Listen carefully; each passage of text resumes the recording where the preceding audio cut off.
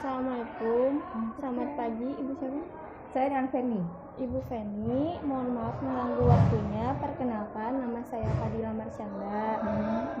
Izin mewawancarai Ibu untuk memenuhi tugas kurikulum pembelajaran. Saya dari kampus IKIP Siliwangi, jurusan PGSD. Izin memberikan beberapa pertanyaan Ibu.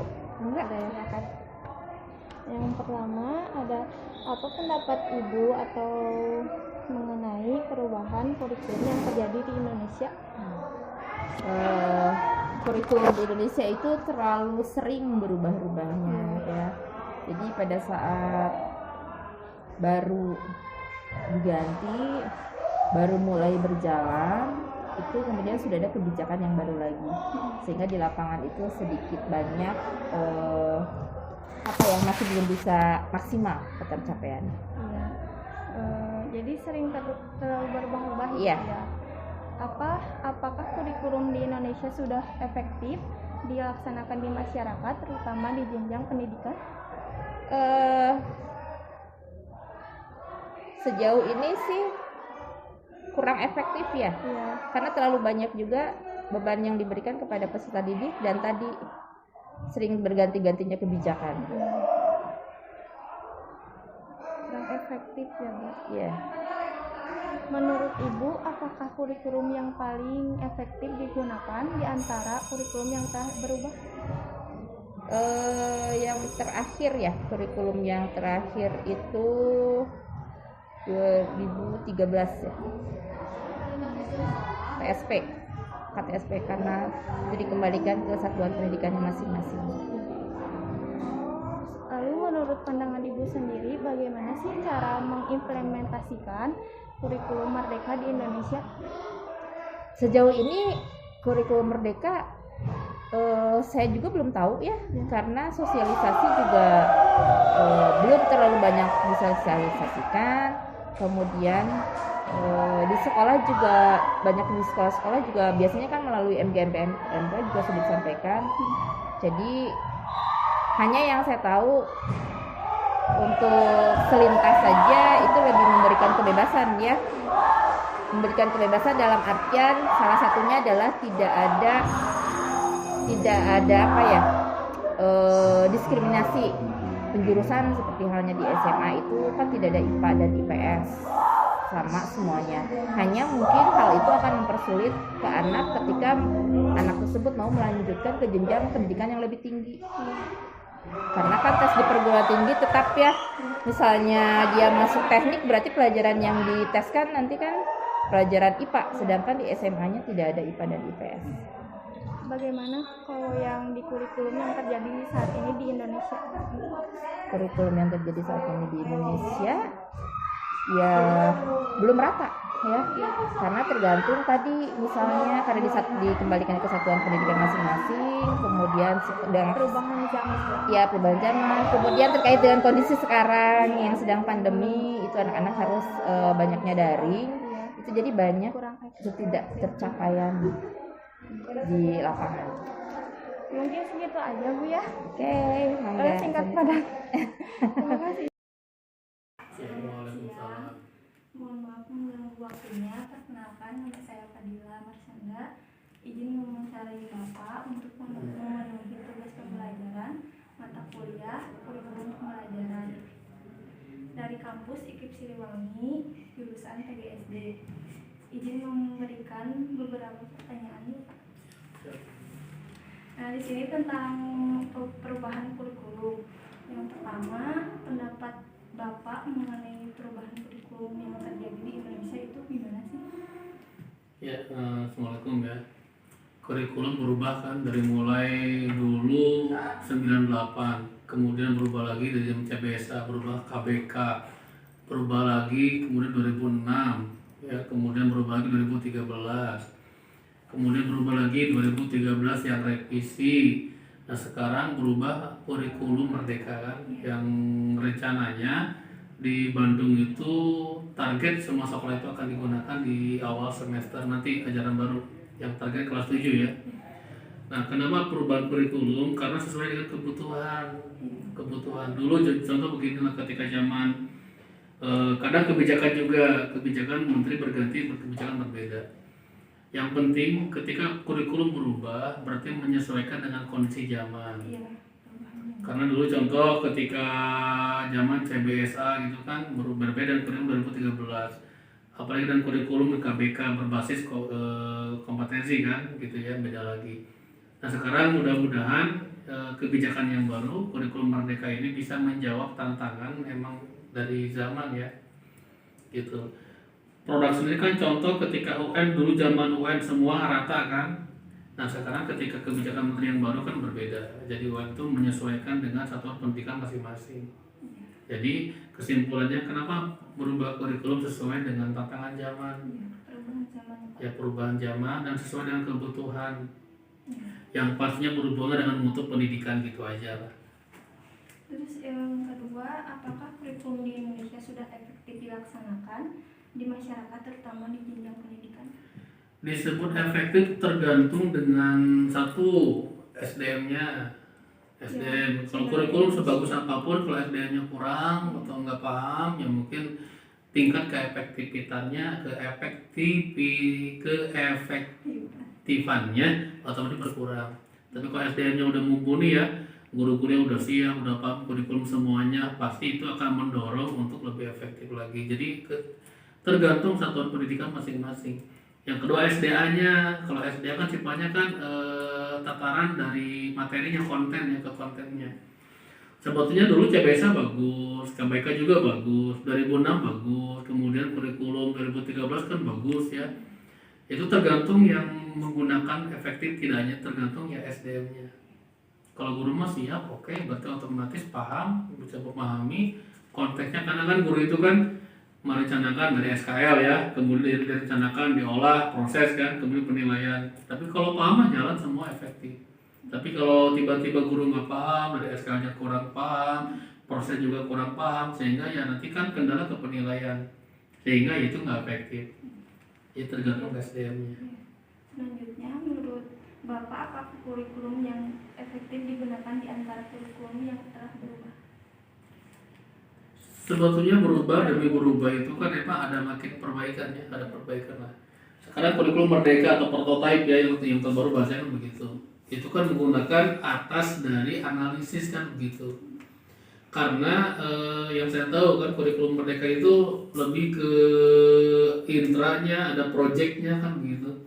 Ada lagi pembelajaran diferensiasi kan berbeda ya. Sementara kan kita belum mengenal itu.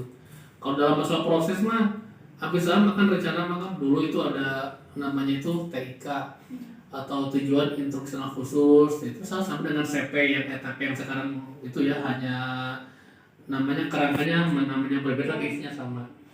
Jadi kalau berbicara yang efektif saya kira ya itu juga akan berbalik kembali. Sebetulnya tiap kurikulum yang ada itu bisa efektif, bisa bagus saja. 2013 kalau dipakai ya bagus. Sekarang kurikulum 2000 yang darurat ya, kalau digunakan kan bagus. Malah sekarang menyerahkan kan ketika kondisi pandemi kan kurikulum satuan pendidikan tergantung sekolah. Dari SKL mau diambil yang mana yang esensial kan gitu kan efektif. Jadi kurikulum apapun itu ya saya kira nggak ada yang mana yang lebih bagus, nggak berbicara begitu. Yang penting mah tergantung ke yang tadi ya. Sekolahnya sumber dayanya bagus ya, SDA-nya, kemudian ditambah ya otomatis bermutu di sekolahnya itu akan lebih efektif lagi begitu. Yang terakhir ya Pak, lalu menurut pandangan Bapak sendiri, bagaimana sih cara mengimplementasikan kurikulum Merdeka di Indonesia? Nah, kata kunci itu kan ada di profil pelajar Pancasila ya, di situ kan kata kuncinya. Ini belum dipraktekkan di Bandung itu, baru sosialisasi kurikulum Merdeka ini belum. Meskipun ada proyek sekolah, beberapa sekolah itu pun kan nggak belum semua. Malah rencana baru nanti ajaran baru akan dipergunakan.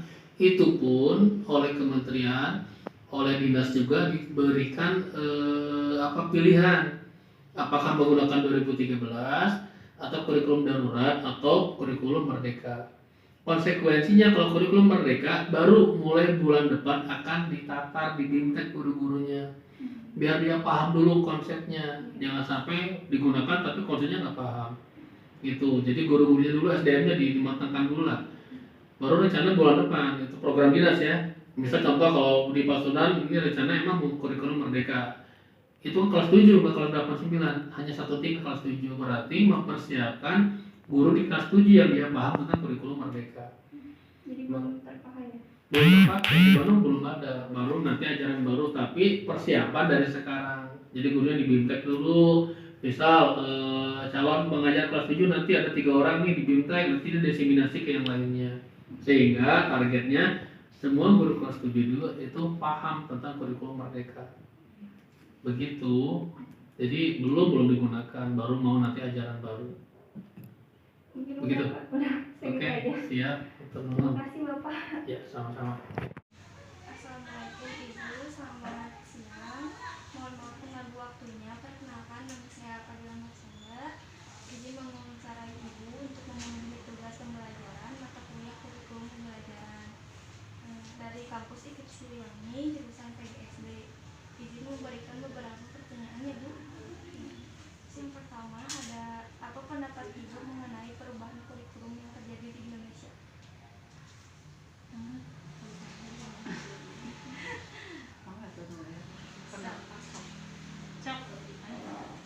Pendapat sebenarnya untuk kurikulum yang selalu berubah itu memang setiap memang kurikulum itu harus mengalami perubahan setiap perubahan zaman, mengikuti perubahan zamannya gitu ya, kan kita harus ikut maju dan berkembang juga gitu ya. Namun karena perubahan kurikulum yang terlalu cepat gitu jadi beradaptasinya pun mungkin membutuhkan waktu yang lama gitu ya, jadi nggak langsung harus bisa gitu kan, jadi harus ada prosesnya dulu gitu. Tapi ya, secara tidak langsung kita juga sebagai guru harus mengikuti ya, mungkin dengan ada perubahan kurikulum mungkin itu yang terbaik buat pendidikan. Secara tidak langsung kurikulum itu berubah, berarti menuju kepada yang lebih baik gitu ya. Gitu. Yang kedua, ada apakah kurikulum di Indonesia sudah efektif dilaksanakan di masyarakat, terutama di jenjang pendidikan? Efektif pasti ya, tetap ya dan tidak ya, tapi gimana situasi dan kondisi lingkungan pendidikan tersebut. Seandainya seperti sekarang aja musim pandemi, apakah kurikulum sudah efektif dilaksanakan? Kan sama sekali tidak ya. Nah itu, kalau misalkan efektif, kalau tatap muka insya Allah pasti efektif dilaksanakan kurikulum apa yang ada tertera di kurikulum, pasti kita guru-guru mengikuti yang terjadi atau pedoman dari itu ya, pendidikan itu. Menurut Ibu, apakah kurikulum yang paling efektif digunakan di antara kurikulum yang berubah? Kurikulum yang paling efektif tadi juga sih nambahin ya, yang dari nomor 2 itu sudah efektif. Sebenarnya kembali lagi kepada kondisi di sekolah dan daerahnya masing-masing, karena tidak bisa disamakan ya. Kadang di kota itu mungkin untuk kurikulum bisa dikatakan efektif karena fasilitas memadai, tapi kalau di daerah terpencil itu kan sulit efektifnya gitu. Nah untuk tadi kan ada COVID, kita kan kayak kurikulum berubah-ubah gitu ya. Jadi memang susah sih, belum terasa efektif enggaknya gitu ya. Nah terus yang barusan yang paling efektif digunakan saat ini sebenarnya sekarang lagi nyaman-nyamannya di kurikulum 13 ya. Kan kalau memang yang paling nyaman di antara kurikulum mana yang paling nyaman ya, mungkin yang paling nyaman itu kurikulum KTSP ya, karena kan itu mapel, jadi kita langsung menjurus ke mapel gitu ya, karena kan kurikulum 13 juga ujung-ujungnya mapel kan tuh. Tetapi karena kita lagi nyaman-nyamannya di kurikulum 13 ya, mungkin sekarang enak di kurikulum 13 gitu ya. Nah cuman kalau dikatakan lebih nyaman kalau dibandingkan, mending mana ya, mungkin mending KTSP. Tapi emang ujung-ujungnya seperti di kelas 6 sekarang kan dilaksanakan ujian secara mapel, bukan lagi tema ya tematik. Enggak, tetap kan ke mapel. Sama di kelas bawah juga ujiannya tetap tematik, tapi ujung-ujungnya pas masukkan ke rapot itu per mata pelajaran gitu. Jadi kita harus pintar memisah-misahkan antara mana yang pelajaran lain gitu semuanya. Terakhir ya Bu, lalu menurut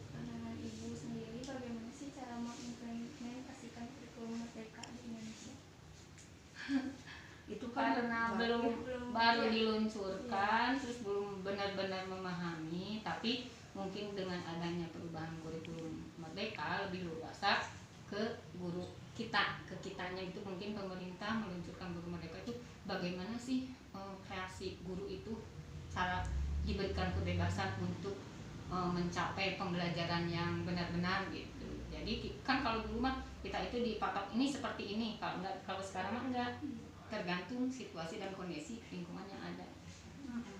Nggak bisa sih, maksudnya kan belum bisa ya mengimplementasikan. Soalnya kan yang baru digebiarkan ini kan di kota Bandung ya, sedangkan kota yang paling dekat dengan Bandung, Cimahi aja itu nggak tahu gitu. Saya punya teman guru di sana, nggak tahu apa itu kurikulum Merdeka gitu kan. Berarti kan ini memang masih di kota Bandung gitu ya, digodoknya ya, maksudnya yang nasionalnya masih di kota Bandung gitu. Jadi mungkin untuk pengimplementasian ke depannya ya kita gitu ya di pihak sekolah kemungkinan besar akan lebih sering ke membuat proyek gitu ya paling ya. Karena kan kurikulum Merdeka ini kan kurikulum berbasis proyek ya, berbasis proyek. Ya mungkin itu sih untuk kedepannya. Tapi ya kemungkinan implementasinya pada tahun 2004 Kota Bandung 2024 ya 2024 Kota Bandung udah menggunakan kurikulum Merdeka keseluruhan. Sekarang belum, baru bertahap ya, percobaan.